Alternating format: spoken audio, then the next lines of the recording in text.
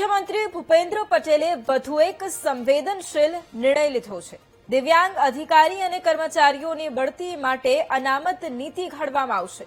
સરકારે બઢતીમાં અનામત અંગે નીતિ ઘડવા માટે સમિતિની રચના કરી છે।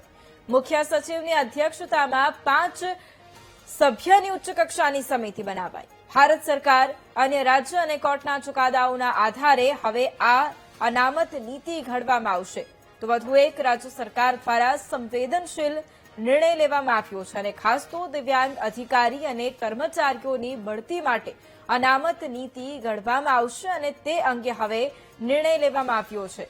સરકારે આ નીતિ ઘડવા માટે સમિતિની રચના પણ કરી છે અને મુખ્ય સચિવની અધ્યક્ષતામાં 5 સભ્યની ઉચ્ચ કક્ષાની સમિતિ પણ અત્યારે બનાવવામાં આવી છે।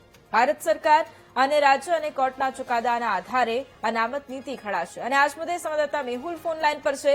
મેહુલ, મુખ્યમંત્રી દ્વારા વધુ એક સંવેદનશીલ નિર્ણય, દિવ્યાંગ અધિકારી અને કર્મચારીઓની બઢતી માટે હવે અનામત નીતિ ઘડવામાં આવશે। શું વધુ જાણકારી આ મુદ્દે?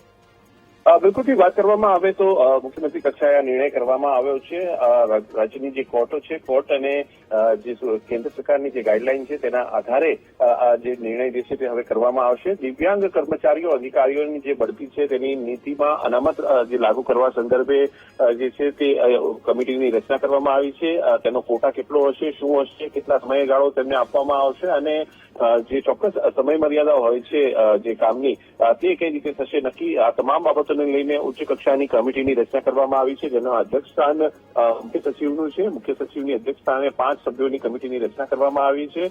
કમિટી આ સમગ્ર રિપોર્ટ તૈયાર કરીને મુખ્યમંત્રીને સોંપશે અને ત્યારબાદ જે દિવ્યાંગ કર્મચારીઓ અધિકારીઓને જે બઢતીના જે અનામત છે તે અંગે નિર્ણય કરવામાં આવશે। બિલકુલ, આભાર મેહુલ તમામ જાણકારી માટે।